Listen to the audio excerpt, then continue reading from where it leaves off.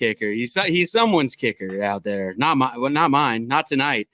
Hello, everybody. It's Brett. It's Lofa. Welcome to our live on YouTube after Seahawks preseason game number 2. They drop it by 1 extra point, Lofa.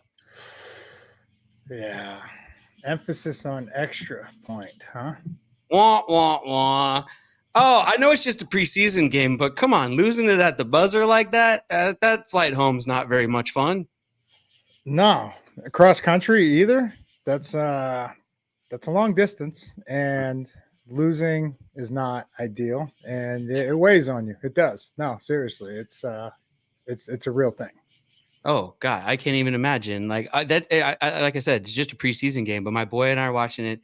The family's in the living room, and I don't know.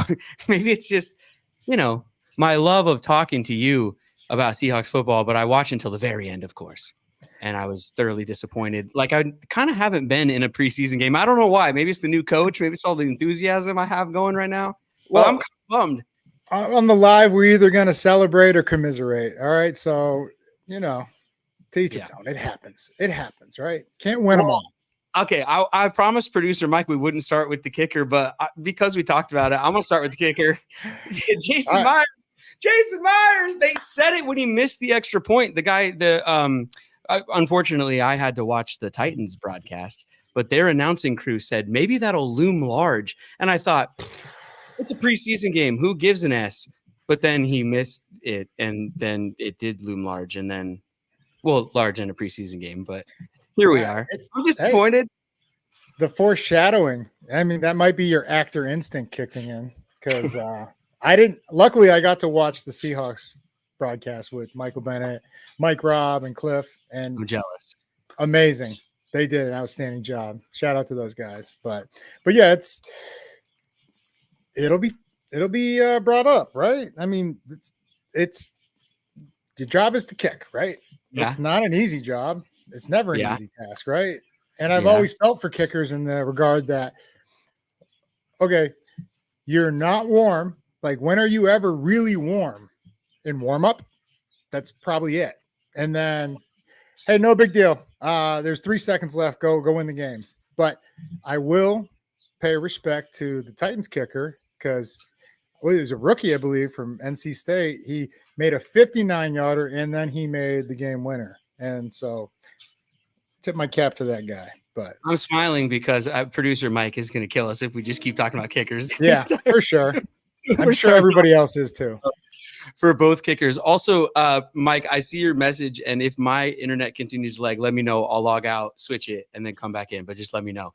Lofa, enough of that. We might even get back to the kickers. But I think for me, this game starts with the offense. I'm sure for you it starts with the defense. But the offense was slow starting.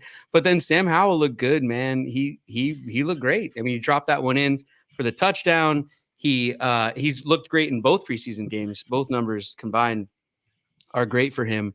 I'll get them for you. But he looked great. And then the drive to end the half also to just get points when you needed it, 2-minute drill, moving the offense. I mean, I don't know. What more do you want out of your possible backup quarterback? Good.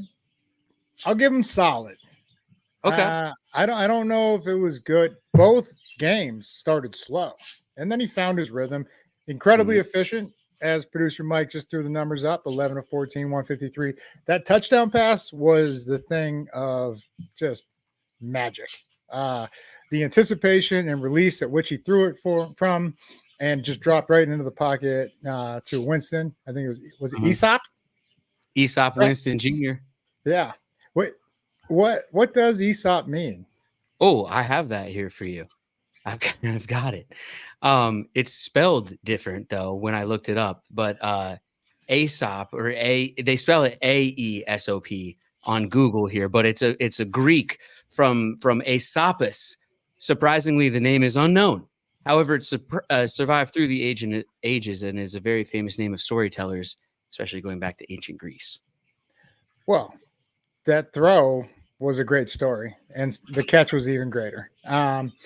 Yeah, just he beat the coverage, and here we go. I love the graphics, producer Mike. Look, just releases it, gets by the guy, and it's right there in the pocket, right? We got the video.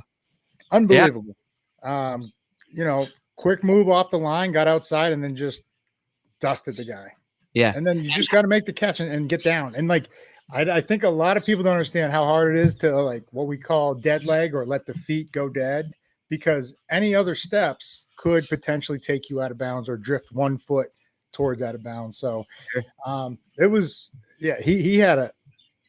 Winston had a hell of a game. Howell, like I said, there was early on in both games, but especially this game, there was one he threw off his back foot where it looked like he was happy feet and just kind of avoiding the rush.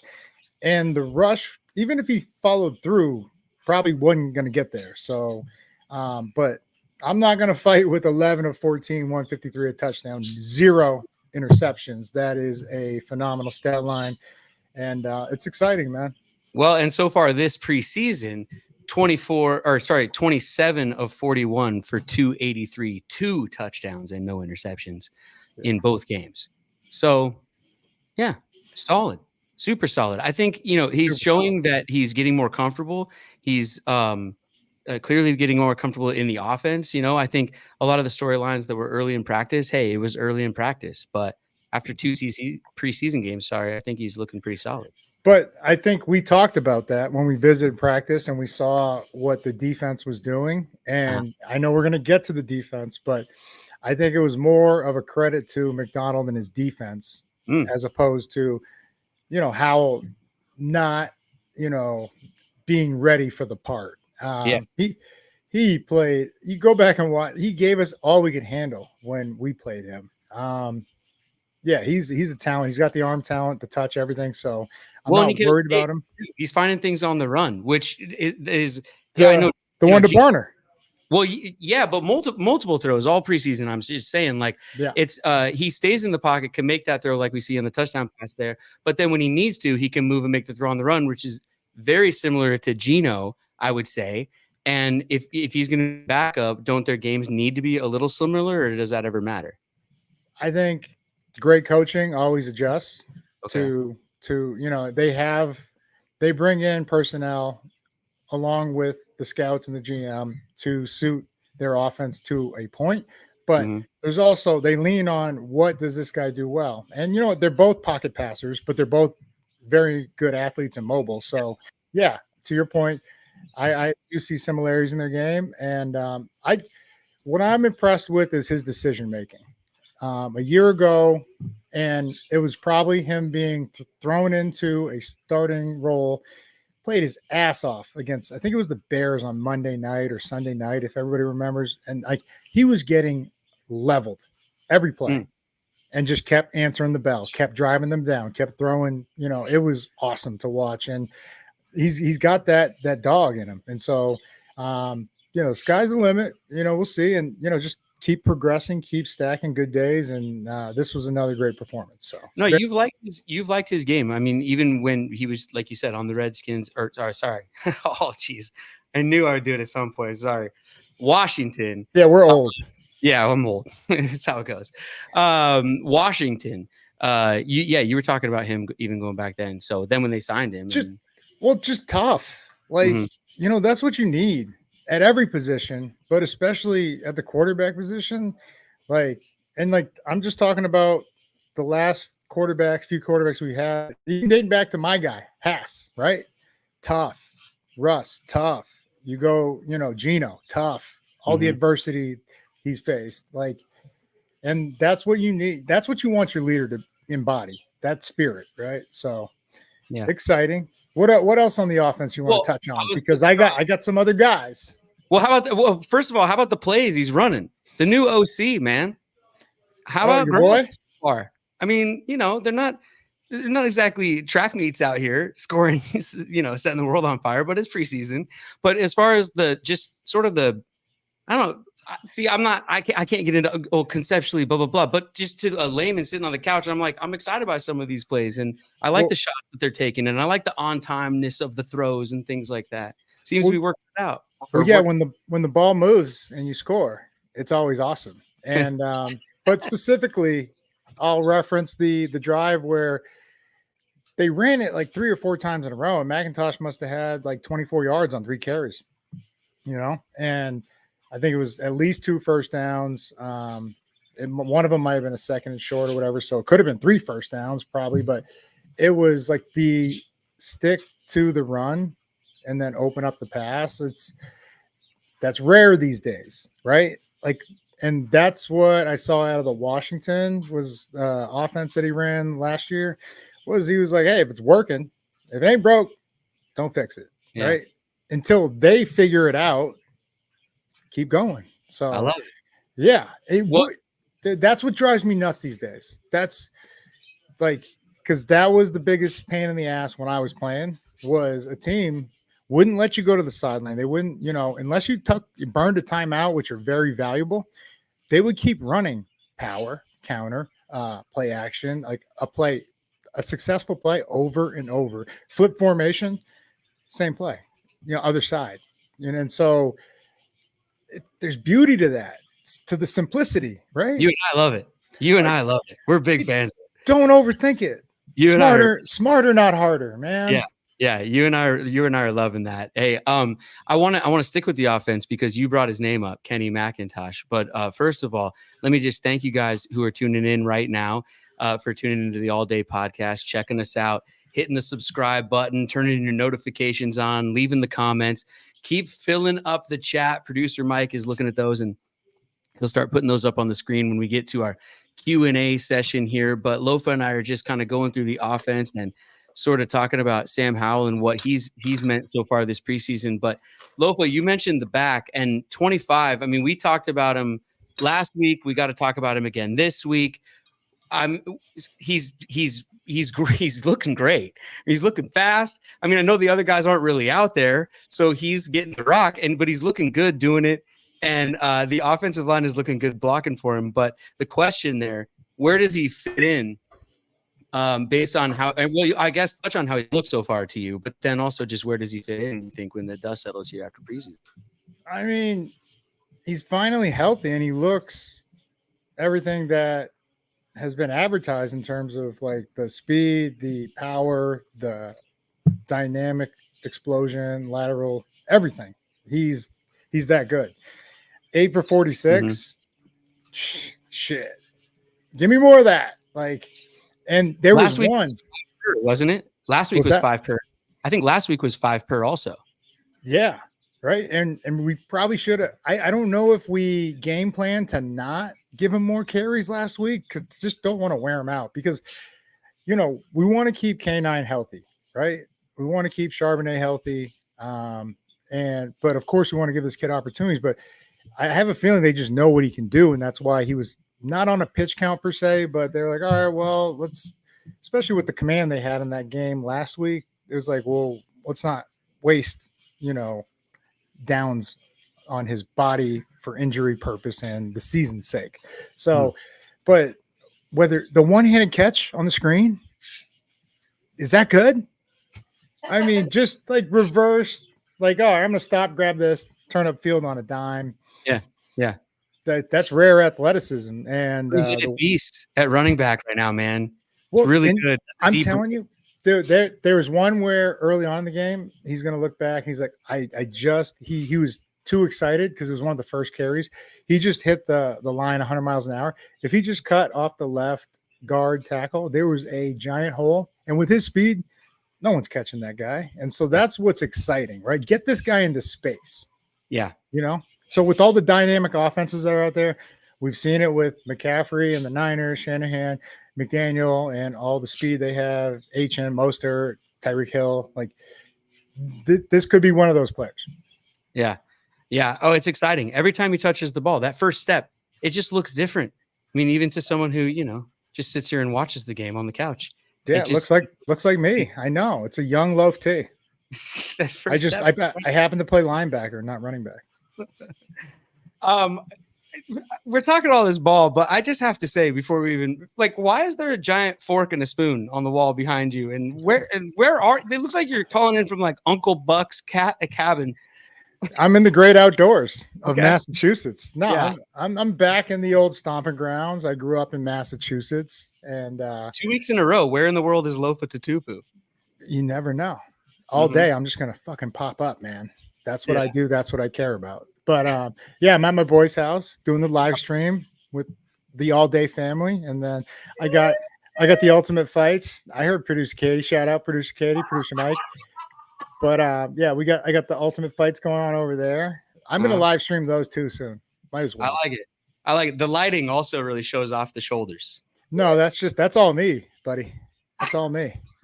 No special effects, Brett. This ain't the fucking movies. No, right? I worked for this, Brett. No, I know. I would never mean to insinuate otherwise. Oh, well, sounded like you did. All right. So defense. The headline for me, we talked about this going back and forth via text during the game, but and you guys out there listening, put it into the comments. What is your headline for the defense? The one that I came up with was just pass rush, ... Finally. Or I don't know. It just, here it is, everybody. It's looking great. They're getting after it, pressuring the quarterback. They're constantly in someone's face. I think we have video of the play with Mafe and Hall early in the game, but look at there it goes. Here we go. I was off the couch, Lofa, watching a preseason game, cheering for this one. It's had me pumped up. Oh man, 3rd and 12, and then you just got two guys just beating the shit out of their one-on-ones. And I think that's what's most exciting is that with this defense and McDonald's scheme, there's going to be a lot of one-on-one opportunities, and we have the dogs, right? And now it's just time to unleash them. Yeah, man, it was nothing short. Look at that. Just break it down here. Come on. If I could really, I can't. There's just too much awesomeness. It's just ass kicking, and then ass kicking. Well, so it's 53 though coming through the middle that blows the whole thing up, and then look at that anger and violence and speed, and then both games so far. But so Hall at the top, he bull rushes. And this kid is so strong that I know he might look undersized as a DN outside linebacker on film, so what we were watching. But when you have speed like he does, that's a lot of force. And then he's got the bench press and strength. But he went down the middle, and now he has a two-way go to if the quarterback tries to escape right, he can fall off and make that.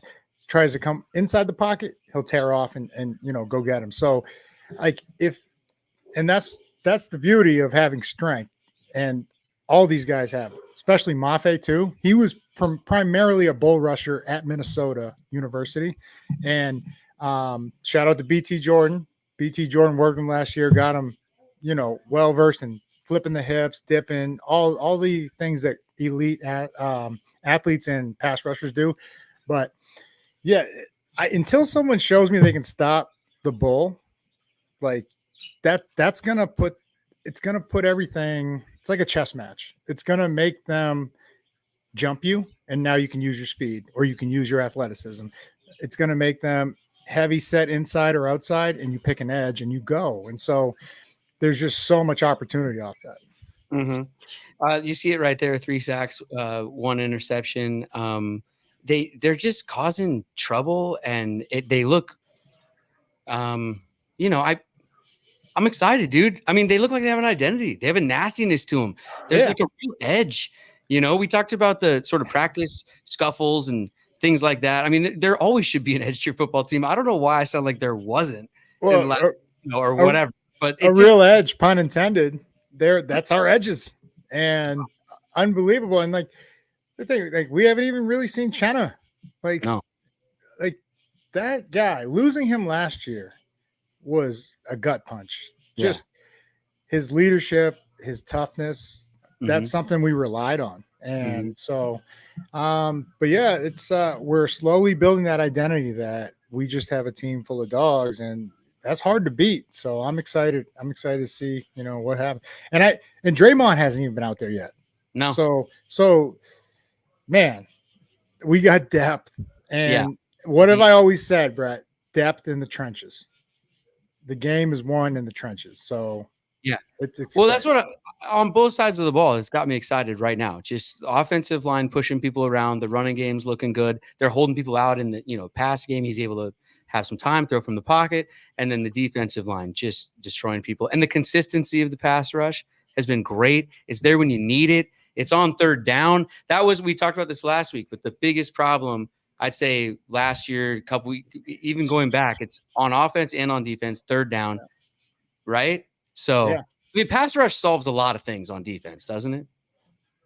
Absolutely. I feel like in some of those LOB days, I probably could have played safety or corner with that pass rush with Cliff Averill, Michael Bennett, Mebane, McDaniel, truck driver. They were loaded. Can we talk about the real star? Can we talk about Tyrese Knight? Yes. Okay. Sir Tyrese. I was saying, I was waiting for you to get to the linebackers. Okay. We'll just work our way back. D-line, linebackers. Tyrese Knight. Sir Tyrese. He's knighted. Better put some respect on his name, Brett. Oh, he's all over the place, man. I love watching him play so far. Yeah. Here we go. Oh, here, look at, this play in particular. Boom. And then Trey Brown, too. Everybody watch Trey Brown at the top, very top. Look at it. He has to go over the top. That's tough duties. He makes contact at the line to gain.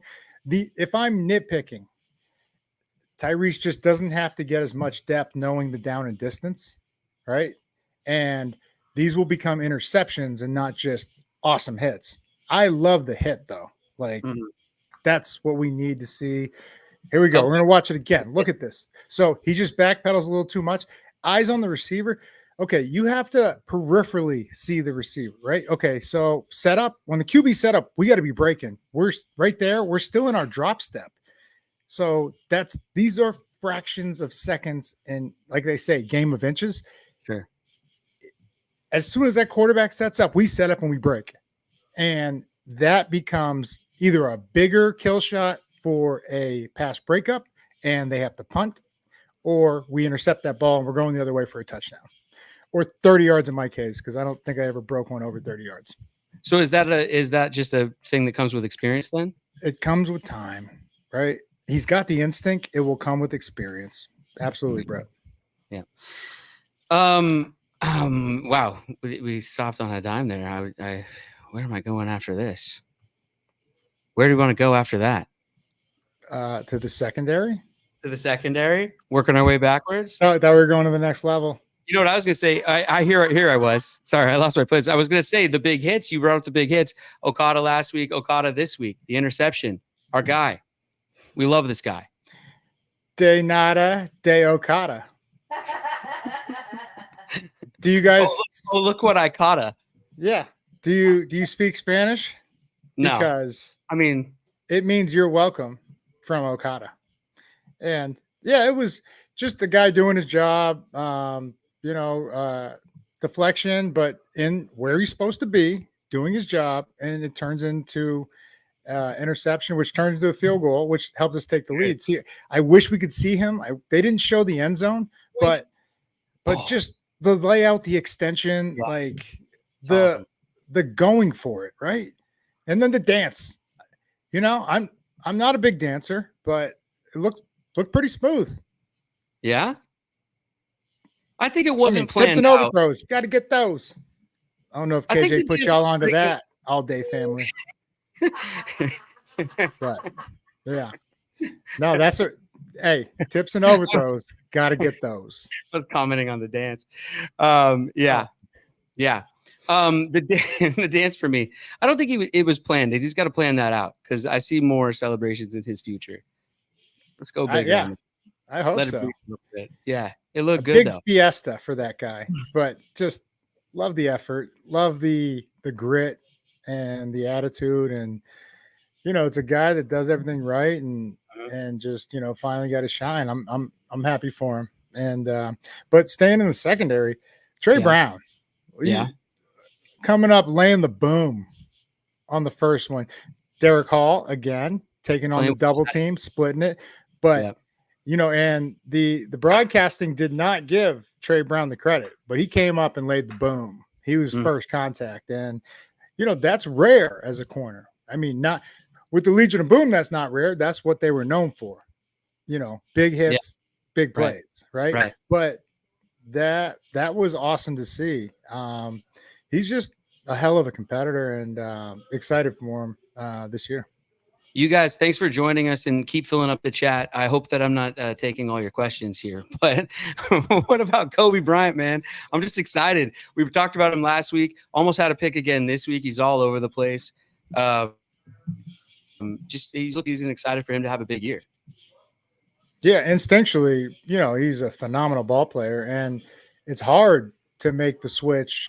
I mean, he is ideal size and speed and better speed than most safeties. But when you've been playing corner your whole life, and even some inside on sub packages, nickel, it's tough to make that transition back. But the game does. The further you get back from the line of scrimmage, so whether you go from D-line to linebacker or linebacker to safety, which is very rare, it gets slower because everything happens, that much later. And so I think that's going to serve him well. And instinctually, just like I said, one of the best. And then, finally healthy, which that's all he's needed. Just like McIntosh, just needed to be healthy to show what he can do.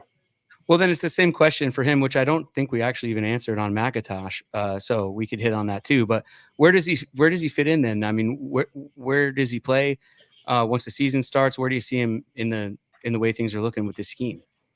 Special team ace, and then with his coverage corner, skills, and then also the ability to play inside, outside corner. He can do everything, and so multi-versatile and talented that your game plan can vary from week to week. Just like, hey, this week you're gonna be on Kelsey. We need someone that can be just with him. Mm-hmm. Don't have to be the most physical, because I think Kelsey thrives off people that are trying to be over physical. He uses it against them. He can slip. He's like a boxer. Like when you go to try to like power punch or jab, he counter moves and takes off. And he still has great speed. So I think that's like a role that Kobe could play. And then for Mac, just multi-purpose. You could split him out wide. He's got great hands. He's got great speed. He's a mismatch. If they're staying in base personnel, which is, all three linebackers, if it's 4-3, it's all four linebackers. If it's 3-4, you go empty. And now you're going to find out real quick based off their alignment. Are they in man? Are they in zone? But then also you got a big dude on him, just throw it to him. just give him the ball. Yeah, no kidding. He's going to run away from him. Yeah, totally. What about, I mean, this is what happens when you're on a live, dude. Your thing froze, then you started talking to him fast forward, then it slowed down again. Sorry, I think I am lagging a bit.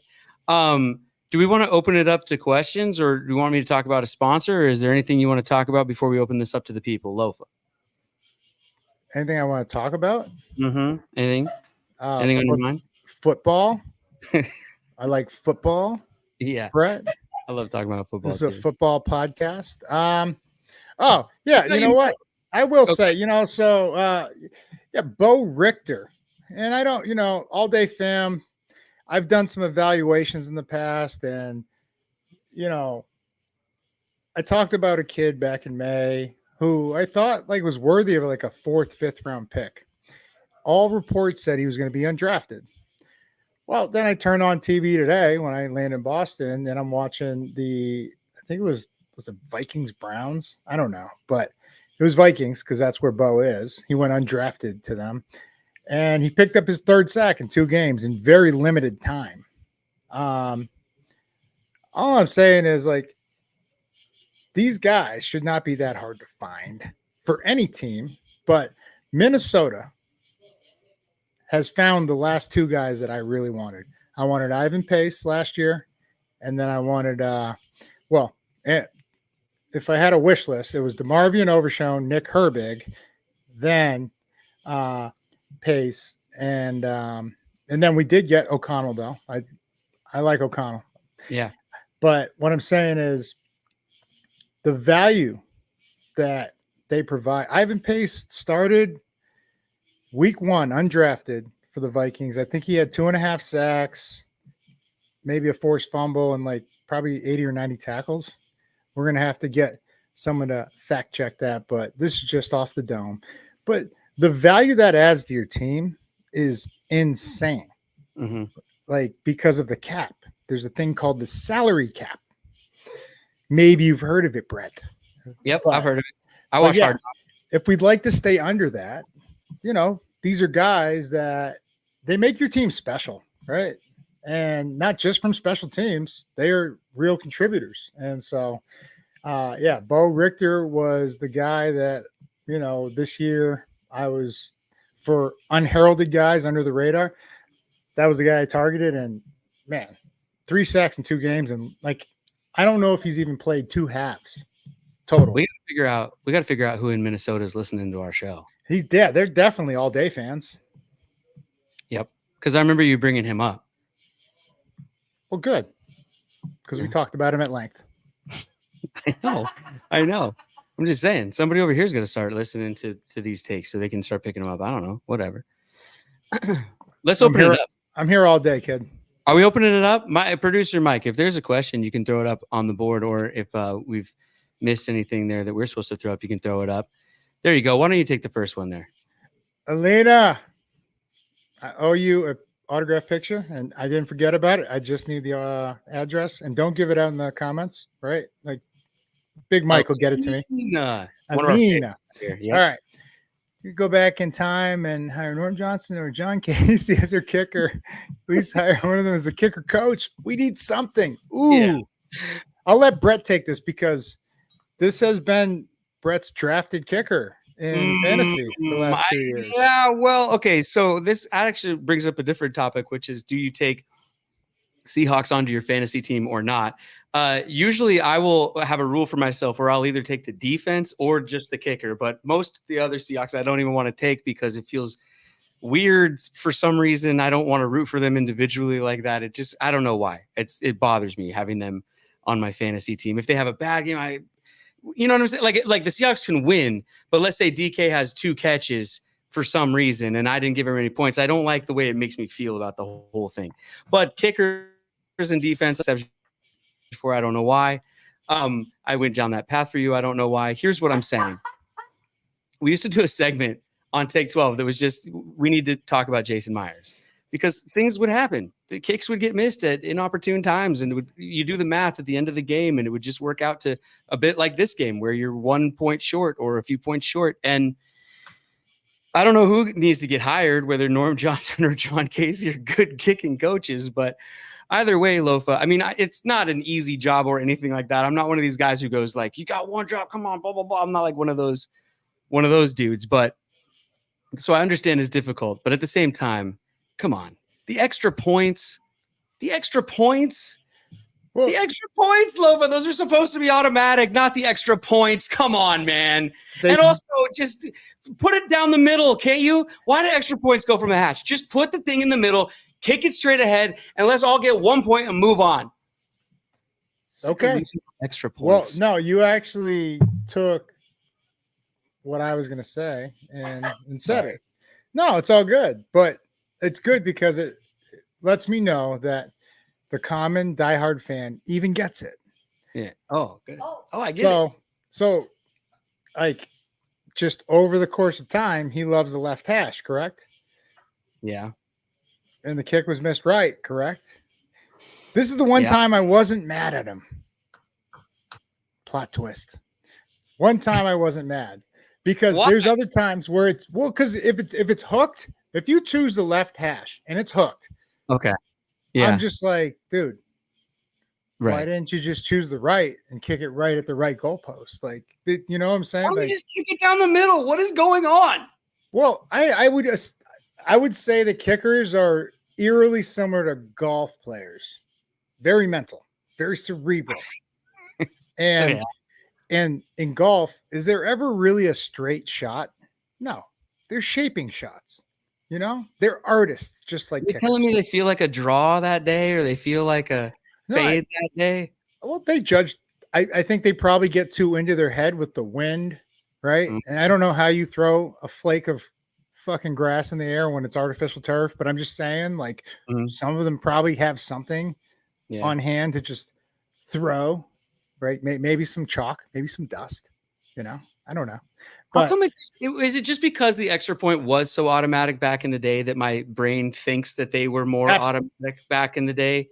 Absolutely. Kickers in general, I mean, not just for the extra point, but in general, I feel like at what was it? 15 yards, the original extra point. I kick with my toe. I'm not missing one fucking, unless it was the worst snap of my life. I'm not missing one fucking extra point. That's all I'm going to say. Okay. Right. It's going right down the middle. I'm going to toe punch the shit out. Loafer to toe punch is what they call me in high school. All right. That's what I do. That's what I care about. Did you ever actually kick in a game? Fuck yeah. I did it all day, baby. I do it all. I'm going to try to look this up. Is this true? Well, dude, I can't find the fucking VHS for you. I'll try. But all right. Okay. But yeah, Alina, to answer your question, sorry, we just went on a rant about Brett's fantasy team. And they're never good, by the way. I'll at least put that out there. Katie beat both of us, but beat Brett worse. So, actually, this brings up a good. We need to, between the family here, between the team, we need to figure out who's running our fantasy football team this year. Yeah, not you. I'll say that much. Okay, that's fine. Katie, if anybody. Okay. Right. But I love the Norm Johnson and John Casey reference. Yeah. Wow. Yeah. What a sports nut, huh? Speaking of automatic, though, John Casey, automatic. Norm Johnson, automatic. Legendary. Yeah. I don't know. Shout out, Alina. We got to do better than that. Oh, Josiah. Look at Josiah. Here we go. Hate to compare Laviska to Devo. And then all caps, always big play capable, offense and special teams, always makes first defender miss and quickly gets vertical. He is what we've been missing from Eskridge. Hey, shots fired. No. Shots fired. But better, my fave new Hawk on offense by far, exclamation point. I have from our buddy Josiah. I mean, just nailing it here with the take. And for me, he's given off Cordero Patterson vibes also. He's almost the exact same height and weight. He's not. Look that shit up. I don't know. Cordero Patterson's taller. Like by an inch. I've looked this up. I'll look it up again. Someone fact check this guy. Those are the vibes he gives off. But either way, man, you got to be excited by what they're doing with him. And then also he's in the return game also. My thoughts on, first of all, Josiah, right on, spot on as usual. Guy's a fucking beast. Shout out, Oos. But that's a guy that I had in my notes, and thank you for helping me revisit it. But he could be a running back. He could be a wide receiver. He's just fucking tough. And like, you can't have enough of those guys. And I remember, I think he was with the Jaguars and they put him at tailback for a game because everybody was injured. Like they were down to like a practice squad running back. They're like, well, Laviska knows all the positions. Just put him at tailback. And he had like an 80-yard rushing game or some shit. It was wild. And just truck sticking fools. And so maybe that's where, Brett, you got the Cordero Patterson because the Falcons did put him in the backfield. Minnesota did it a couple times too. One game. Remember? Oh, but there's just some dogs that can't be tamed, right? That's all I'm going to say. And this is one of them. And, when you're a defender, I'm going to liken it to when we acquired Beast Mode, one of the greatest trades in the history of Seattle. I wasn't going to let a running back have the best hit every game, but he had so many fucking hits of trucking people that I was like, fuck, this is just one of the baddest dudes I ever seen. And Laviska is a savage. Like, guys don't want that smoke. Lofa texted all of us and put a fire emoji next to Laviska. I think I put 2 or 3 next to him. During the game. What emoji would you guys give him? Drop it in the comments if you're still here with us. What emoji does Laviska deserve, especially after this game? Okay, you want height and weights here because your boy just did some crack research in the moment. Okay. Yeah. Deebo Samuel, 6 foot, 215. Okay. Cordero Patterson, 6'2", 220. Okay. Laviska, 6'1", 220. Right in the middle, height wise. God damn, Laviska's that tall. That's what they say on the internet. That's let's see. This is I'm only 5'11" and 7'8". So Football Reference, anything over 6 is tall to me. But man. I don't know. He just runs with so much power. I didn't believe it. And like even like Cordero looks 6'4" on film or when you're watching it. But I mean, the power and the tenacity they run with that's rare. And I mean, the first guy is not taking him down, just like Josiah said. So, and he's got great hands. He caught that one over the middle. He turned up field so seamlessly. Like, he's a special player. And I just, no offense to Jacksonville, or I think it was Carolina was the other team he was with. They didn't use him. Yeah. You guys make sure you're dropping your questions and your comments here in the chat as we're chatting. What has you just excited about this game in particular? And then if you want to dip into the whole season so far, or, the way the team's looking going into this season, let us know. For me, Lofa, we can stick with the receivers here. We touched on Winston earlier, but I mean, you want to just talk about another deep room now with Winston also coming on. I mean, how many do they keep? How do they find chairs for all these guys in there? They got a talent pool there that doesn't want to quit. And don't forget, you still got my guy D somewhere. Yeah. But that's always unfortunately a good problem to have is, too many great players. Like that's how the best organizations and, the real contenders, that's what their camp looks like. Yeah. And tough decisions will be made. Dude, I don't know. And how many do they usually keep? 5, 6? 5 or 6. Yeah. Depending on special team. It always comes down to like returners and everything. So like what can you do? And that's what the more you can do is kind of the old adage in the NFL is you can't. And I tell all these kids that, ask me for knowledge of the game. Like, because sadly, like, I could only play middle linebacker or weak side, stack behind the line of scrimmage. I know what to do up at the line of scrimmage, and I feel like I could have played, but you didn't want me out there. Like, even as good as I was as a middle or weak side, like if I had to go on the line of scrimmage, I would have just been trying to outquick people, and I would have made some plays, but some shit would have popped off. There would have been some gaps blown where like long run and like, hey man, my bad. I'll get him next time. Well, no, you don't have it next time. Like you got to be efficient. So, tough decisions. Like we're going to have to see this last game. I think the first 4. So obviously I was writing it down. Yeah. DK, Lockett, JSN, Bobo. Yep. Okay. 5. That's 4. I mean, you guys Chenault, right? I mean, I take Chenault before Winston, even though as a receiving threat, Winston probably has the edge in terms of youth and athleticism, but overall weapon, like fucking Chenault is weapon. He's Wolverine. This fucking guy does it all. Like, so I go Chenault, then Winston, and then who's the other one? Who had the long? Was it White? He had a nice catch, and he's looked good all camp.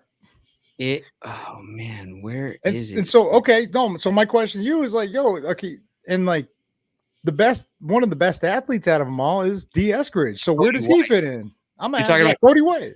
On the 33. Cody White had a hell of a grab. Yeah, he had a hell of a grab. Money Mike for the notes there. Yeah, Money on the notes. Big there. Mike coming through. So my question to you is like, honestly, where does D fit in? D. Eskridge, because D. Williams has looked awesome as a returner. Yeah, true. So this is my question to you. It's a stacked room, man. That's what I'm saying. Like there's too many bodies. in that room. Tough decisions have to be made. Are you asking me specifically what I would do? Don't put me on the spot. I've been waiting for Esker to turn it around for years. I mean, he's been hurt the whole time, but he's quick when he's out there. We saw him at Fan Fest. He looked unreal. Unreal. like the talent is fucking insane. Off the charts. I know. But guy's coming. I'm talking even like Percy Harvin type talent, but it's just, can you be healthy, right? And look, I went through it. I know about that bullshit, man. Injuries suck. But I'm just saying, it's tough decisions have to be made, man. That's all I'm saying. But I love D. Eskridge. And like, when I see him out there, I don't know if I'd even two-hand touch. I don't know if I get a hand on him. No, he's fast. He's ridiculously fast. Just a blur. Especially in person when you see him. It's crazy. Preseason, I gotta say, 2 games in, pretty impressive so far from the new regime, from just everything we're seeing with the team, the grit, the tenacity, the sort of edge they're playing with, whatever you want to call it. Who's got you more impressed though, the offense or the defense? Defense. And like, that's not even me being a homer. Shut the fuck up. No. Stop, Brett. I already knew you were gonna go there. I was like, why am I even asking? But no, it's for good reason. No, you know what? I'm gonna spend this on you. You tell me who's got you more impressed and why. It's the defense. Weird. Yeah, it's the defense, because I just think like that's maybe what's been missing the last few years is just some of the crisper tackling, some of the I don't know, some of that, right. that whatever you call it. The efficiency. You hinted at it. You said it early on. You said third down and getting off the field.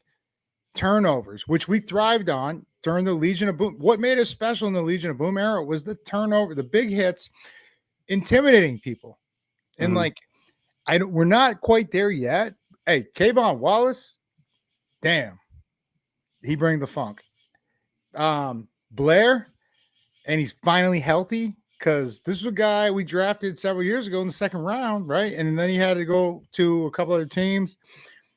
And, man, he had 3 monstrous hits today. So, like that attitude and that mentality is being born and spawned. And so that's what's got me excited. But it's like, if we really – and we'll continue to go over the numbers, because the numbers, they don't tell the whole truth, but, they don't lie. And with the penalties, we had 1 penalty in the first half. We ended up with 6 in the second half, right? The third down conversions, I don't think we had 1 in the second half. We got outgained by 200-something yards in the second half. I think we gained 33 to their 202 or 200. It was so lopsided, and we lost by 1 point. Yeah. That's what I want you guys to take from this. Yeah. Right? I mean, both of us are pretty positive, even after this game. I think that's probably just because it's preseason and that's the nature of it. We don't want to get too worked up over this one, but like the tale of the 2 halves, though, we should stick with that for a second, because they can't be thrilled with how the second half sort of, I don't want to say it was a letdown, but like they definitely had a chance to put them away a couple times or have a drive that could have, salted this thing away, and they weren't able to get it done. And Titans kicker comes in and nails a long one, which I blame my son for. It reminded me about that. I blame my kid for this one. But just finish the story, brother. What happened? Why do you blame your kid? He walked in the room with 2 seconds left. He goes, "Oh, great, they're gonna win!" But they weren't showing that like Tennessee was lining up or anything. They were just showing a shot of the sideline. So he didn't really even know what was going on. But he just goes, "Oh, great, they win!" And I went, "Oh." Famous last words. I explained to him what a jinx was, though. So he gets. No, there you go. At least someone learned, right? But I think we all did too today. But like, no, that was a case of a kid getting a chance.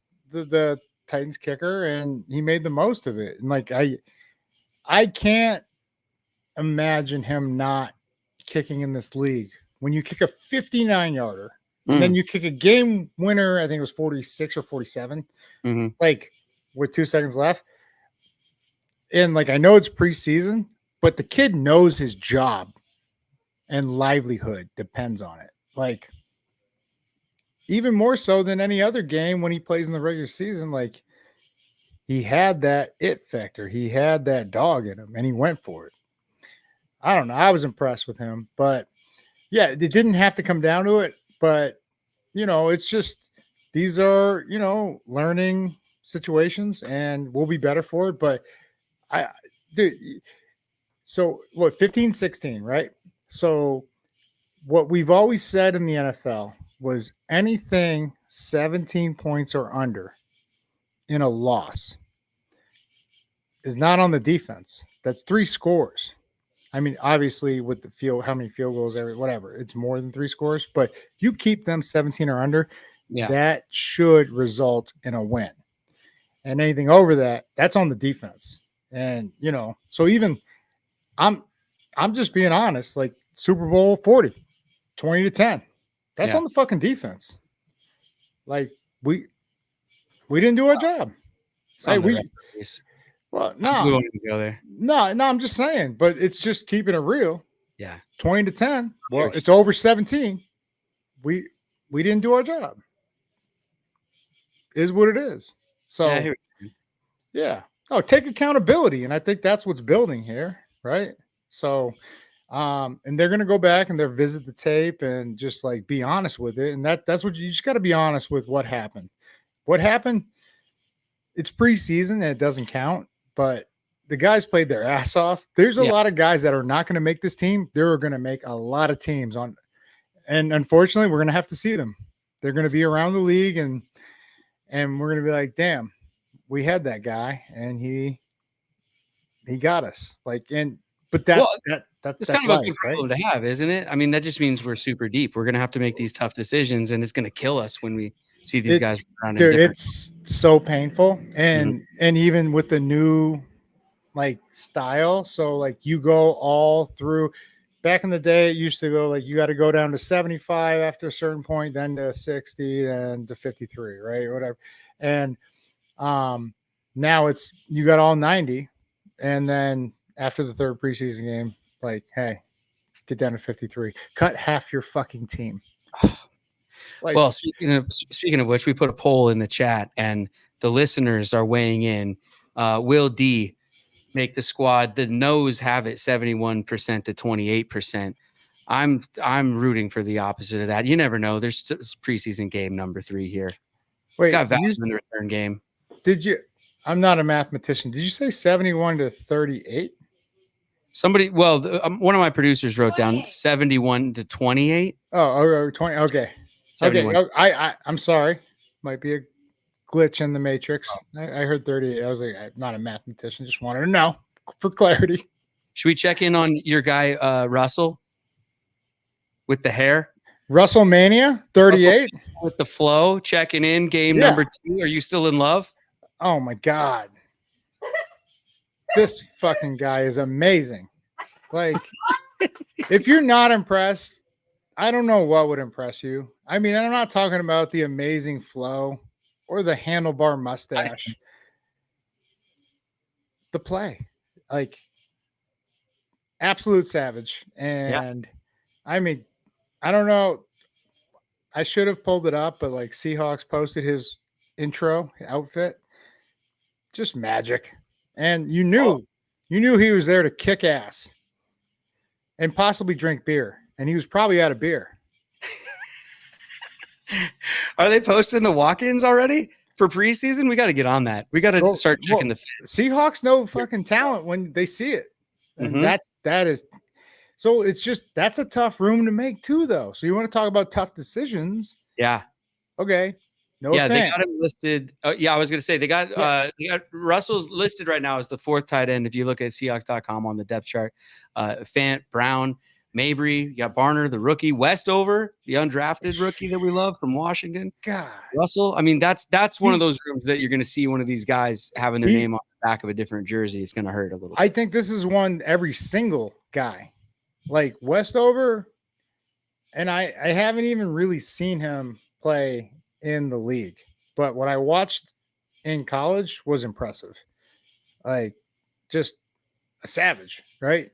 All of these guys. And but we drafted Barner, right? So he's 4th round. He's definitely here, and he looked good. He had that was the one where Howell scrambled and connected with him, and great catch and run right there. So Noah Fant, beast, looks very fast and dynamic, and so it's just that's a room where we should all pay attention to. Like, man, like these Mabry played great today. Look at watch. Oh, so sorry. I thought you were. Oh no, sorry. Go ahead. No, I was gonna say, watch how good we are at this. We have the photo. It just came in. Watch this. Here's the fit. Bam. Look at that. Go ahead, Lofa. Come on.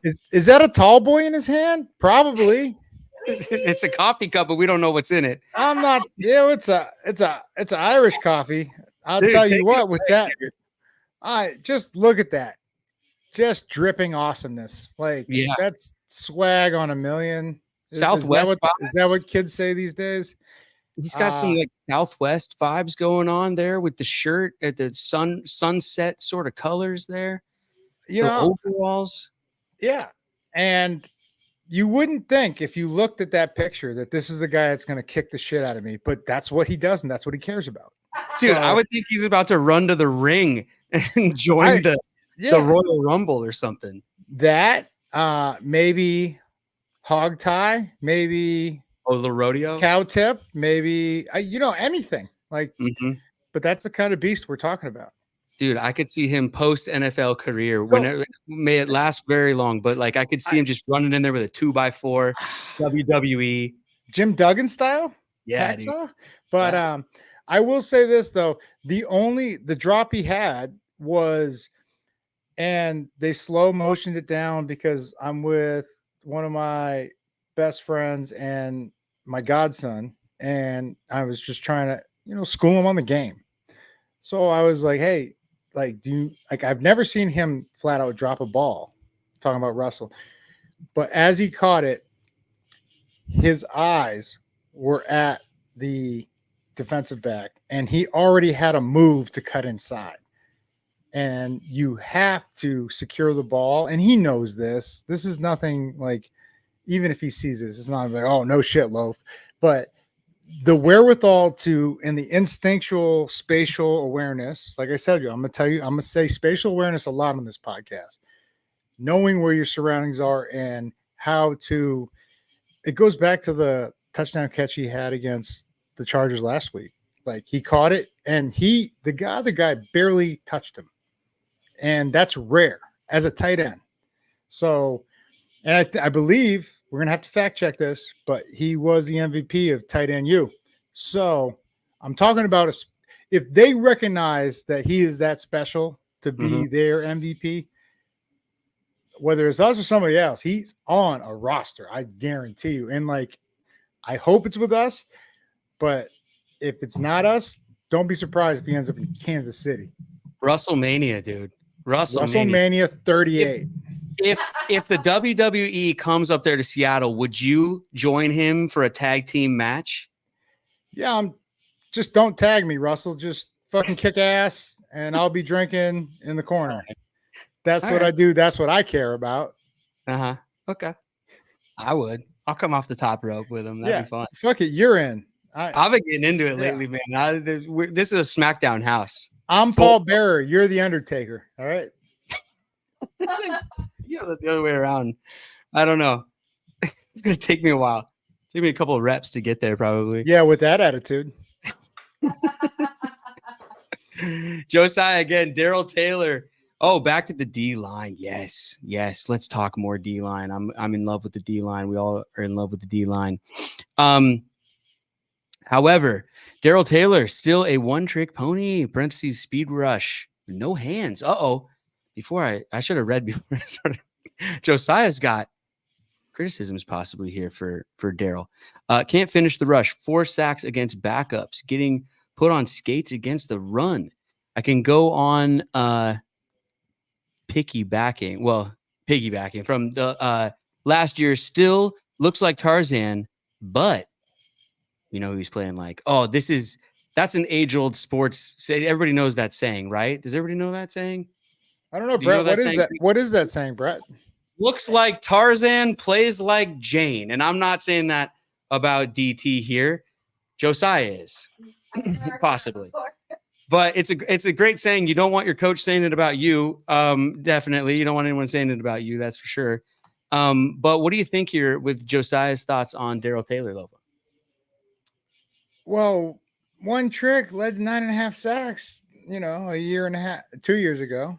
And I know, the NFL is what have you done for me lately?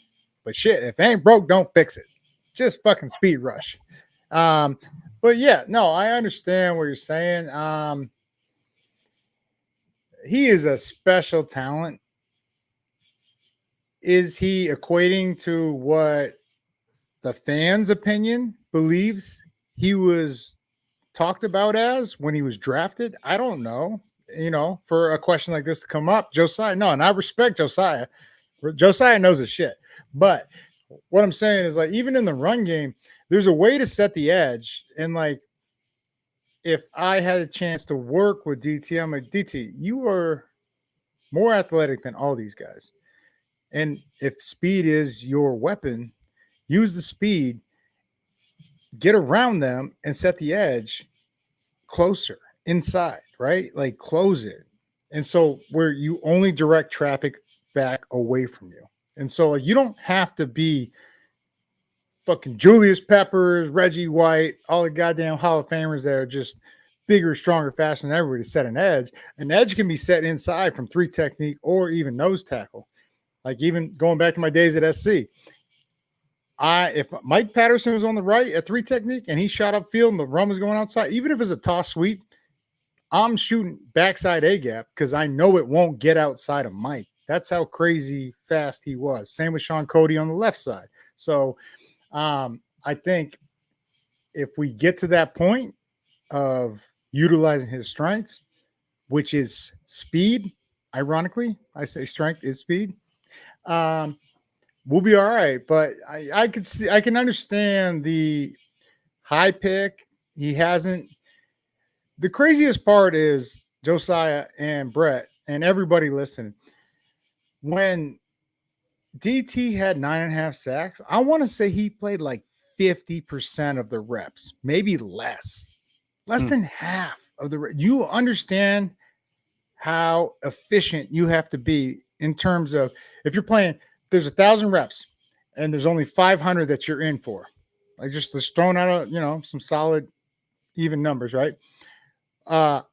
Even out of those 500, if half of them were all pass downs, like the efficiency and is insane to have that many. Because when I joined as a consultant, I was like, wait, this guy only played like 45-50% of the reps and had 9.5 sacks. Do you understand how crazy that fucking number is? So yes, he always leaves us wanting more. That's encouraging. Well, that's encouraging to me then, because with the depth on this D line, like we're talking about, then but he doesn't have to play all the snacks or all the snacks, all the snaps. Well, but more sacks. I got caught between saying snaps and sacks. Well, but even like McDonald's ability to find or create more value for a good player to make them look great, not look great, but be great, right?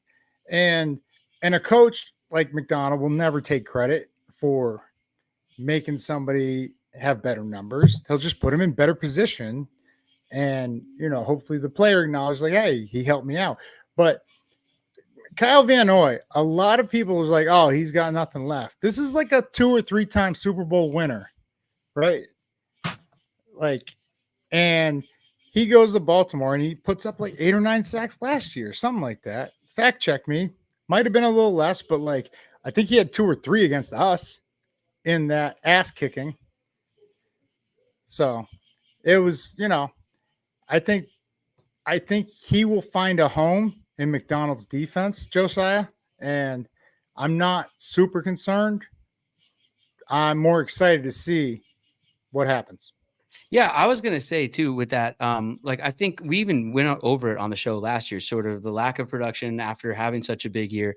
But this year, I think with the depth there, I think with the amount of reps he's going to see, I think we could see him coming back. I mean, Josiah, though, I think is saying in these preseason games, this is even what he's seeing. But I mean, it's not regular season yet. It's preseason, man. It's hard to like really for like starters, and it's hard to put a measuring stick up to like, oh, he's not ready anymore, or he's not. Kyle Van Noy, 9 sacks. Nine sacks. What year is he in? Fucking 20? What year is Kyle Van Noy in? I feel like Kyle Van Noy got in the league with me. He had to have. I think I was in high school. I mean, he still looks great. He's a machine. Good, like I've always been a fan. But like, it's been in since 2014. All right, he's 10 years younger than me. Never mind. We're gonna edit this out. We don't edit on this show. There's a poll in the chat. There's another poll in the chat. The results are still going, but the early results for what has you most surprised this preseason, the offense or the defense? Defense 72%, offense 27%. People loving the D, man. Don't cut that out. Alina with another comment. You read this one. Your turn. Oh, you got it. No, I read the last one. You're it. up. No, you got it. I got to pour another drink. You got it. You got it. I got it. What 5 players do you see being cut from the team within the next week? Do you see any former Hawks coming back? Brett, would you ever bring back Cousin Terry if Tacoma FC was back on? Love that show. Hey, Alina. Good eye, by the way. Oh, now Brett wants to talk. Thank you, Alina. Wow. You want to talk acting for a second? Man, this is a tough question, man. Oh man, this is a tough one. We know some of these guys and stuff. We've been in there. It's hard to talk in this kind of a way, but it is preseason. We have to answer the question here for Alina Lofa. What 5 players do you see being cut from the team within the next week? Empty. What? Oh, I'm sorry. No. Talk Chicago FD or whatever. It's called Tacoma FD, by the way. How dare you? That's a different show entirely. Oh, is it? Yeah, brought to you by the dudes from Super Troopers. They're hilarious. That show was, 5-6 seasons? It's on HBO Max.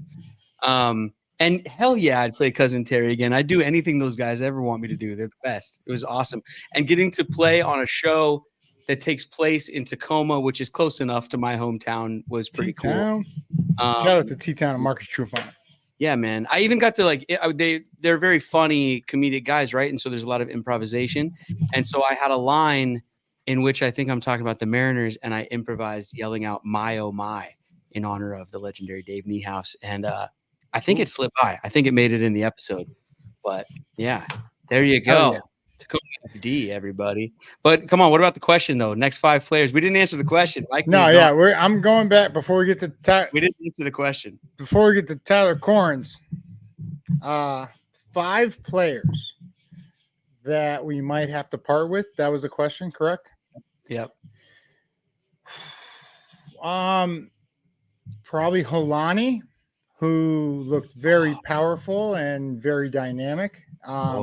I don't know if he gets through waivers. Well, I think he still needs a little work in terms of overall game. He's a beast. Like, he's given us everything he has. And like I said, even the first game where he scored the touchdown, great patience, bounced, made the touchdown.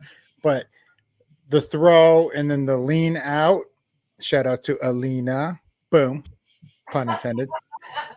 It was more of the quarterback not throwing it earlier, so it wasn't his fault. And coaches see that, but I feel like this is a guy we're probably going to miss out on. That he's got the juice, like he's got the stuff. So that's 1.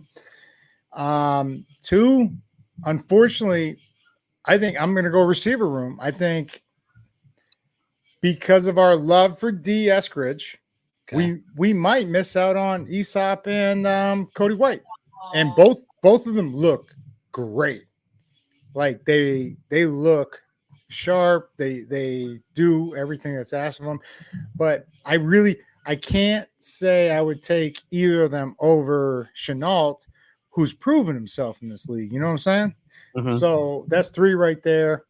I really hate to miss out on Westover because he, like, pun intended, motherfucker's a dog. Like, not just UW. I've seen him run down and smack people on special teams. Like, he's a dog, and he is athletically gifted enough, and he's tough. Like, I can't put enough emphasis on toughness. Like, that is one skill you cannot teach. You learn that through experience in life. It's hard, man. Ladies and gentlemen, this is. I don't think. By the way, I gotta say, every single person you're saying, they're just gonna get picked up by another team. They're going to another team. Like, I think the thing about this is I don't think. I mean, like, dude, these are tough decisions. I'd be surprised if all these guys. So that's only 4. Like, the one that turned my head today because he looks healthy for once. Marquise Blair. Holy shit. Holy shit. He was knocking people out. I think that speaks to this, like, the coaching staff, right? And this new thing that's in here is that, like, all of these dudes are just bringing it. It almost doesn't matter who you bring up, like, whatever name you say right now, it almost doesn't seem fair if they're not going to make this team, with just, like, the sheer attitude they're bringing, especially with what we saw at practice. Like, we were standing there, man. They're getting after it. Every single person. They never have, but you know what I mean. To an extent, I agree, but, like, Blair is a guy that we've had before that had a very promising career, and then unfortunately he got hurt. Like, injuries suck, but through adversity, he has persevered and kept going. And every time I looked up, just big hit. Wow, like, it was Blair every time. Like, and so I was like, damn, like, if he don't stick with us, he's active somewhere else, like special teams, like key backup, or even starting. That's how impressive he looked. That would be my 5 if I had to. If you had to. I'm not gonna. That's what's crazy. Like, you have to make these decisions. I know. I can't even imagine. Did you watch the Hard Knocks that was in the off season? Not the one that's right now that during the Chicago Bears, but they did a Hard Knocks that's the off season of the New York Giants. And so it's just all the front office stuff. It's all these kinds of decisions. And just, I mean, I couldn't even imagine being in a lot of these rooms. I've never watched Hard Knocks. Oh, really? Shout out to Don Julio. No, I never watched Hard Knocks, man. Fuck that shit. It's great. I hate that fucking shit. Oh, no. It's great. It's great. Oh, yeah. You like seeing people get fired on the fucking spot? First of all, that shit? They don't show that anymore, really. No, weird. But the football porn that show is, you're ridiculous. Liev Schreiber's voice alone is watching. Go for it. No, yeah, Liev Schreiber. Shout out. Awesome dude. Yeah, shout out to Liev Schreiber. Yeah. Cotton Weary. Yeah, Cotton Weary. Yes. Scream. I knew you'd like that. Yeah. Yeah. Other than that, I'm just saying, as a show. Well, no. Yeah, Brett, tell me what excites you about that. No, tell me what excites you about that show. Every time they go to a montage, I just get so excited to watch football. The music is incredible. The slow motion shots, the sweat dripping off of everybody, the competition that they're in, and the way that they. Oh, geez, I'm smacking my computer around, getting so excited. Money Mike, I'm gonna call him out. He goes, let's avoid the word porn. Okay. It's football magic, what I'm watching in front of my eyes. I don't know. I like watching it. Also, what they do, I was going to say, though, what they also do a good job of is showing the guys off the field and with their families, things like that. I don't know, some really cool, like, human interest type stuff. And I get to know them in a way that's, beyond what I watch during the game. So I don't know. I like it. It's fun. It's football only fans, huh? I avoided the word PORN, Mike. So. There you go. Good. Yeah. No, I don't know. It's like, look,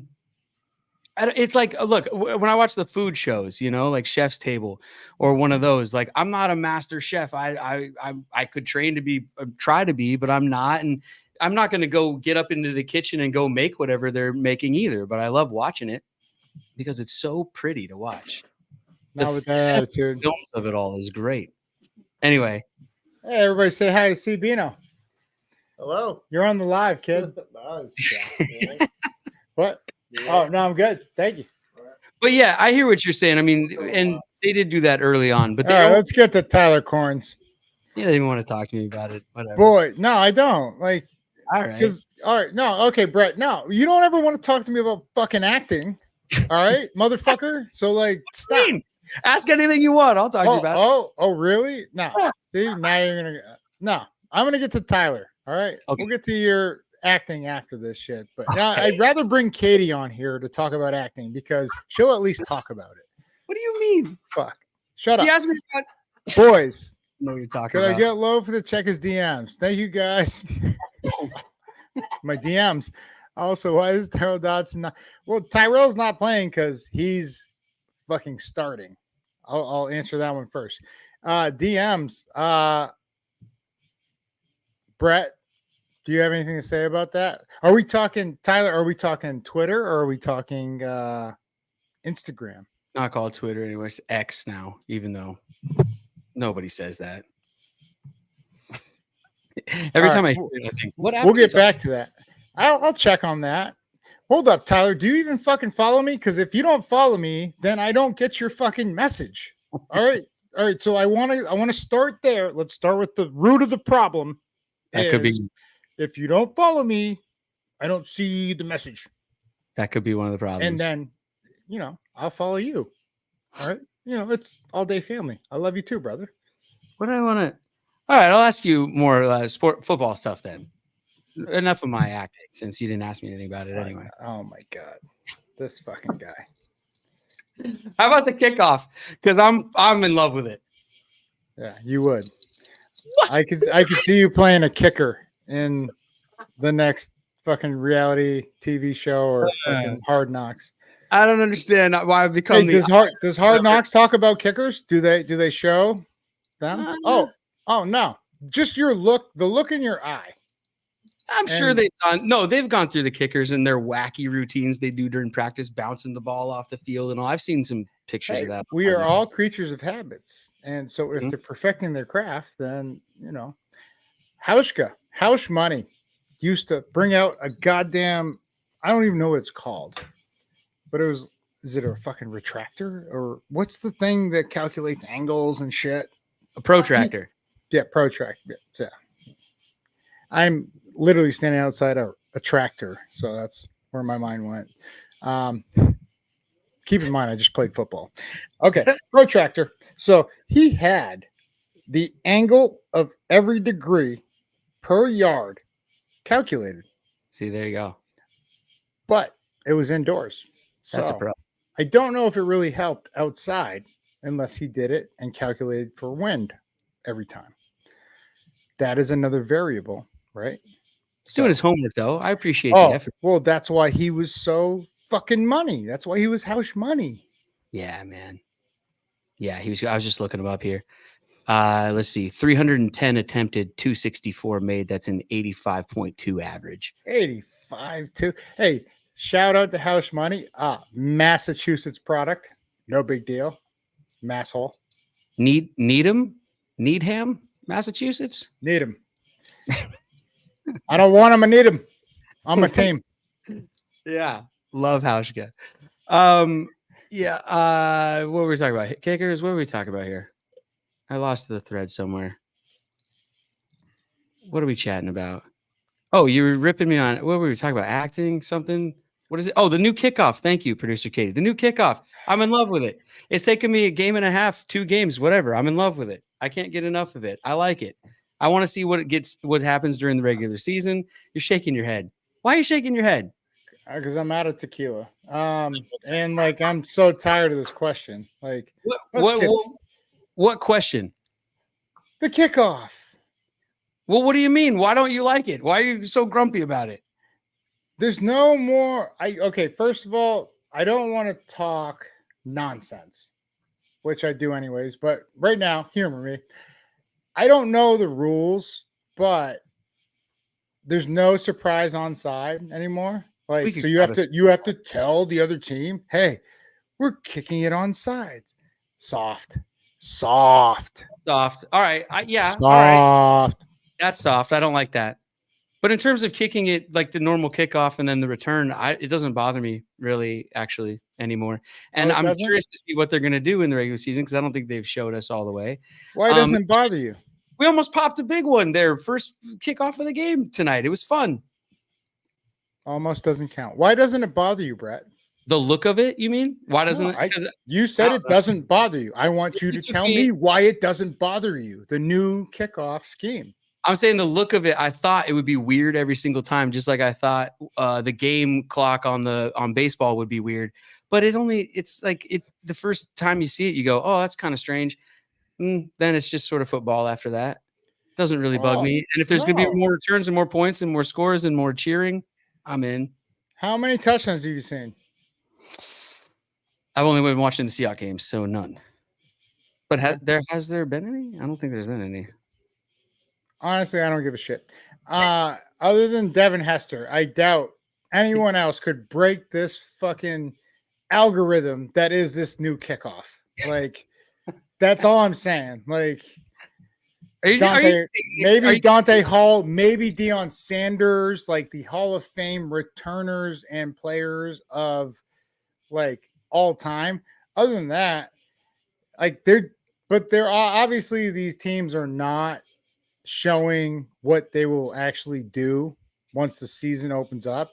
But again, I got to go get the rules and figure out because like I'm just sitting there like, okay, why is everybody retreating? You're 5 yards away. Just go fucking. I would send my guys like William goddamn Wallace at the wall, like, hey, let's get these motherfuckers. Freedom. Yeah. I hear you. That's what I would do.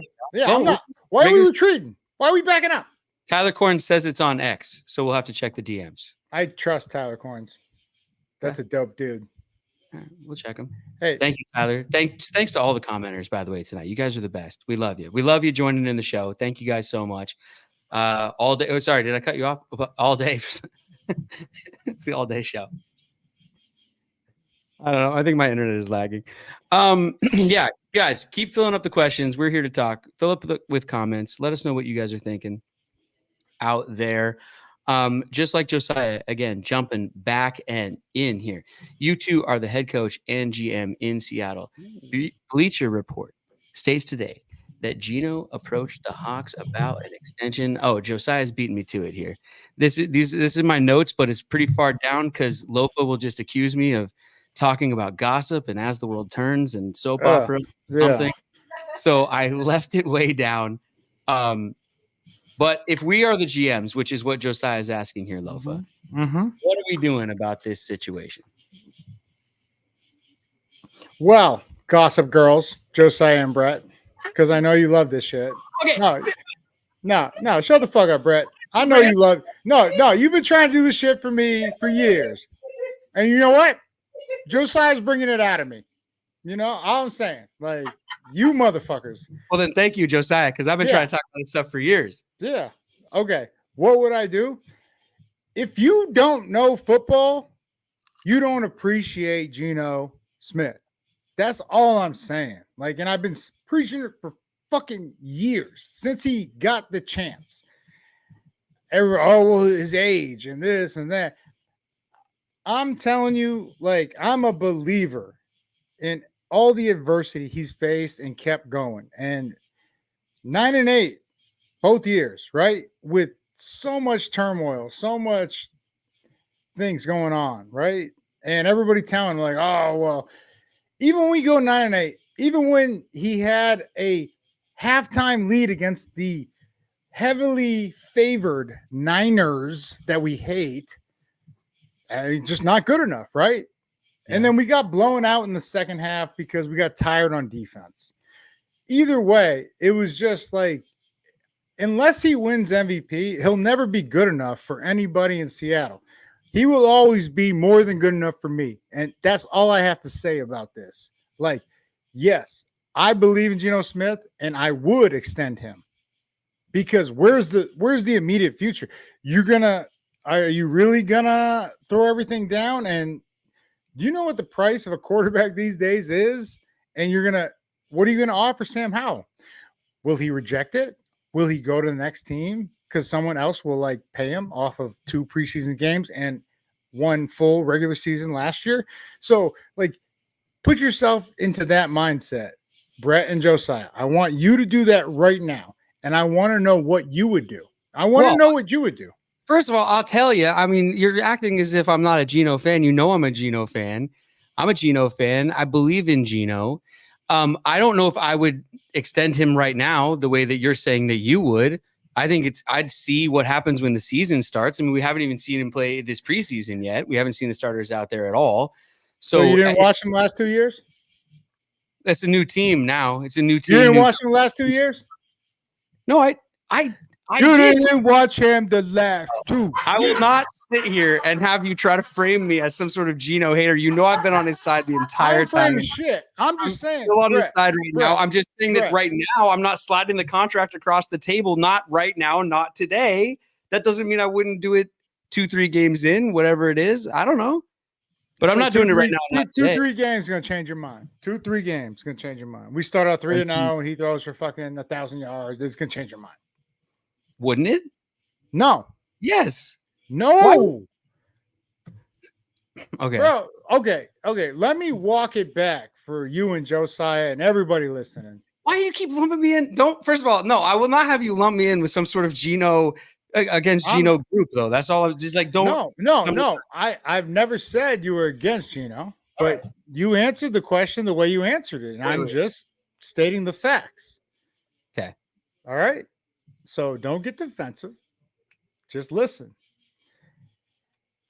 Geno has the most comebacks in the last 2 years. You know why? Because we have not had the best defense in the last 2 years. That's nobody's fault. It's a reflection of the team, offense, defense, special teams, a collection, right? We are one team. We had a halftime lead on the Rams who beat us twice last year. In the first game, like I said, halftime lead, we lost both of our tackles. Okay, what kind of running game do you have when 2 of your best players are out? Then we lost a guard. Then we lost a center. Olu went in for Brown, like against the, I believe, Lions. Like, so the variables that he had to deal with, but still came out with a winning record. And look, I'm going to credit him. I'm going to credit the coaching staff. I'm going to credit everybody around, the whole team. But the circumstances, everybody needs to like put into perspective. Yeah, that's true. Is what he was up against. And this is why a lot of people are like, they're not a Geno believer. I don't know if they've ever actually watched football. And I don't care if that offends you. This is what the fuck it is. Like, I know value when I see it. And to get him at the deal we got him, it was like, I would be sad to see him leave, is all I'm saying. And then also knowing the character and the person and the leader that he is. Like, good luck. Good luck. You lose a guy like that, good luck. That's all. I'll give the taken voice. Good luck. The poll in the chat: would you give Geno an extension? 74% yes, 26% no. However, the poll should say: would you give him an extension right now? I don't give a shit. 74. Y'all know what the fuck's up. Y'all know what's up.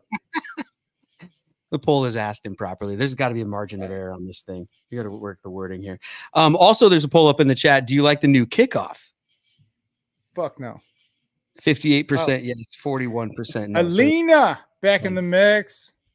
What do you think of the Real Rob report being that it was done by NFL player behind the scenes? Do you laugh like the rest of us? Marshawn. I didn't see it, to be honest. But anything with Marshawn's hilarious. Jewish fans even close. Yeah.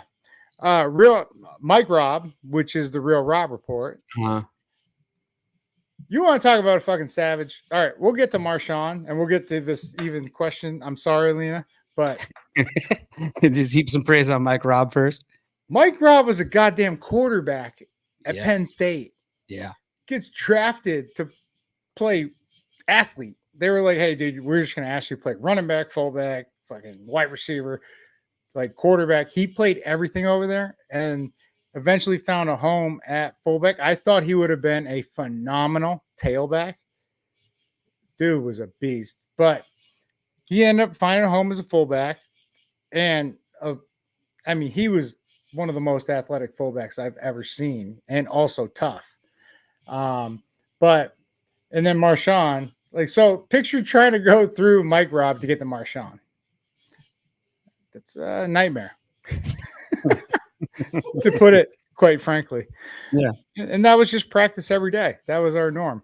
Yeah. But I didn't see it, Alina. Is there any way you can elaborate in comments or tell producer Mike so I can, because I don't want you paying more, for right. I want to know what happened. Oh, I think she's just saying in general, maybe Alina can correct me if I'm wrong, but I think what she's asking in general is sort of just that original Mike Robb report from back in the day and how he kind of started doing it behind the scenes, and sort of if she's asking like our thoughts on that and what it sort of led to. I mean, it was podcasting. It literally says, did you laugh with the rest of us at the bathroom scene? I didn't see the bathroom scene. This is something Brett would probably really enjoy. Oh, he loves locker room talk. This guy. I don't even know what you're insinuating there. I love some bathroom humor. Yeah, I'm a 7th grader. So what? I'm not talking fart jokes, people. Almost anything that Marshawn does, I'm having trouble remembering a specific. I don't know specifically either, but anything Marshawn does is hilarious, and I'm always watching anything that Marshawn does. I think I said that last week. Oh, yeah. I'm literally a beast at anything he does. It was beast mode. Well suited nickname because guy dominates. Yeah, absolutely. I was going to ask you, and we'll get out of here real quick, but just going back because this one comes in from my son. Because remember when I told you, I explained to him what jinxing was or what a jinx is. Is that a thing or not in your professional athlete opinion? Jinxes, superstitions, things of that nature. Jinxing. I'm trying to think back. Did any situation happen where yes. And I wouldn't say it's a jinx. It was actually something that fucking happened.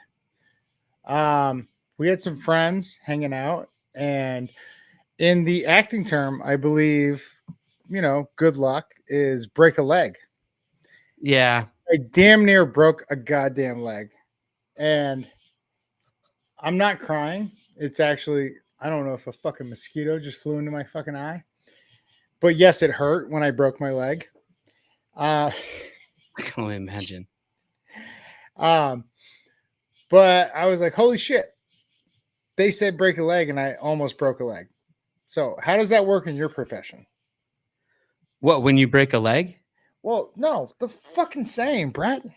I know. I'm just kidding. Oh my God.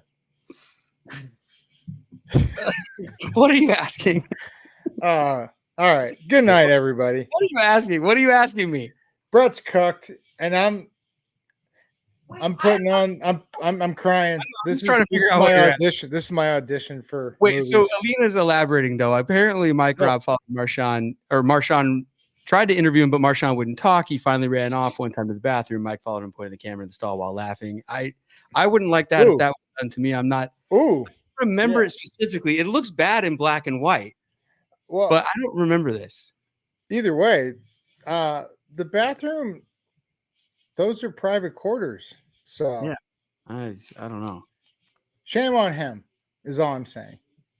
Too much access at that point, probably. They should pull his press credentials at that point. He robbed him of his privacy. Is all I'm gonna say. Man. Mike Robb though, not just a legend on the field. I was going to say just from where I sit and hosting and acting and just entertainer and all that. I mean, just the man when it comes to all that stuff. What? Lots of former Hawks getting into that too, by the way. Like Nate Burleson also. Oh, everyone knew Nate B was a star. Like, what he's doing now does not surprise any of us.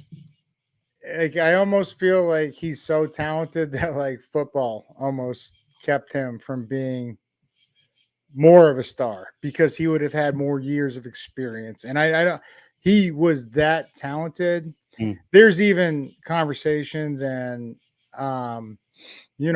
well documented articles of like he was in talented wide receiver groups and they were like, I need more catches, but Nate was going off, right? And Nate was like, well, I don't care. Like, is it going to help us win?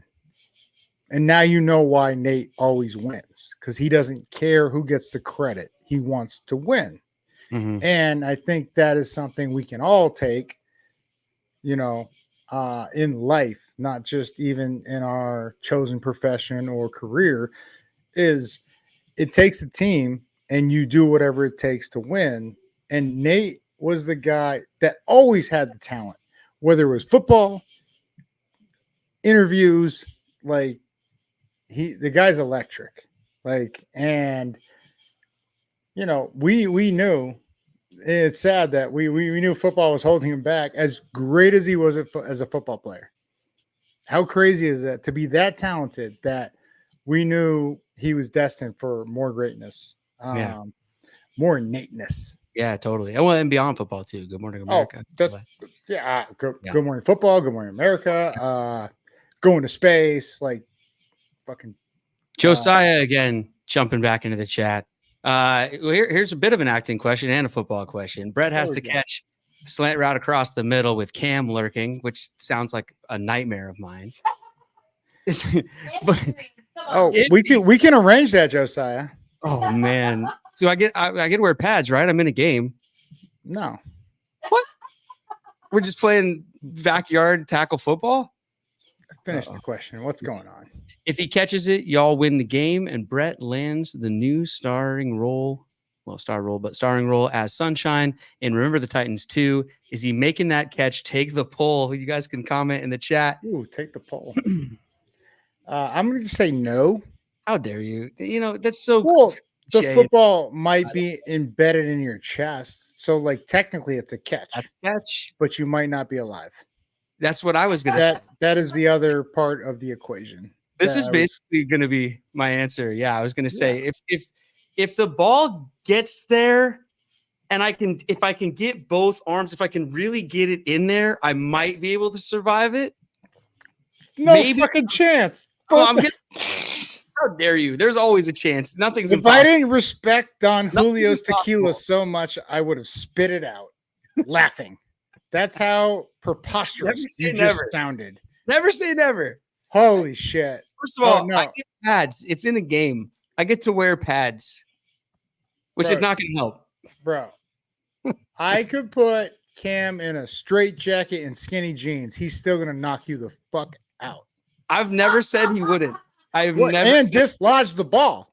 Like, I said he probably would. All I said is that if it gets there early enough, if I can get it in there tight enough. I just love that producer Katie agrees with me. I could tell by the laugh. Everybody agrees with you. I agree with you. I said this much.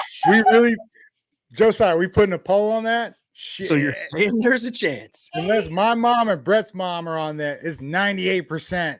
First of all, 98% still 2%, man. Okay? So you're telling me there's a chance? Nothing is 100%. No. Nothing is 100%. Not with that attitude. What's the poll at? 84 to See, 16. There you go. 84%. Must be a lot of awkward fans on here. 84% no. Yeah, but that's still 16% yes, Katie. I'll take 16% against Cam Chancellor over the middle. Yeah, you got a lottery chance, bro. Good luck. Look, it's going up. 18% yes. I'm lobbying for myself in this one. You mass texted all your family to vote. Cam and straight jacket will not only not gonna you do a pick 6 in a fucking straight jacket. Now that I would like to see. Alina. That's the percentage on Best that. comment of all time. Alina, killing it. You guys, this was a ton of fun tonight. You guys have killed the comments all night long. This has been all day. Lofa's not even gonna be able to talk. I can't. Shout out to our sponsors. I'm gonna power through. Shout out to our sponsors, Delta Airlines. You guys go sign up for 12 status. If you are a Seahawk fan, if you live in Washington State and you are not a member of 12 status, get on there and do it right now. It's completely free. You put in your email address. It takes 2 seconds. You get a mile for every yard the Seahawks throw for. Also, Simply Seattle, simplyseattle.com. This is one of their products. Also, what's another? Oh, epicseats.com, everybody, whether you're buying or selling seats, do it with a Seattle company. It's epicseats.com, and tell them that Lofa and Brett sent you. Alina. Lofa's going to go find Alina, you won. You won, girl. You won. Kleenex for his tears. Thanks everybody for listening. We will see you next week after the game, just like this week. And then when the regular season is off and running, we'll be hitting you during the week with preview episodes, film breakdowns, and all kinds of things in between. Make sure you're subscribed right here on YouTube and that you're leaving comments and filling up the chat. We love you guys for doing that. Recommend it to your friends. And also our social media. It's at All Day Family, all spelled out. All Day Family on Instagram. Go over and follow us on there. And also you can follow Lofa and I wherever you can find us. I appreciate y'all. Love y'all. Love you guys. Bye.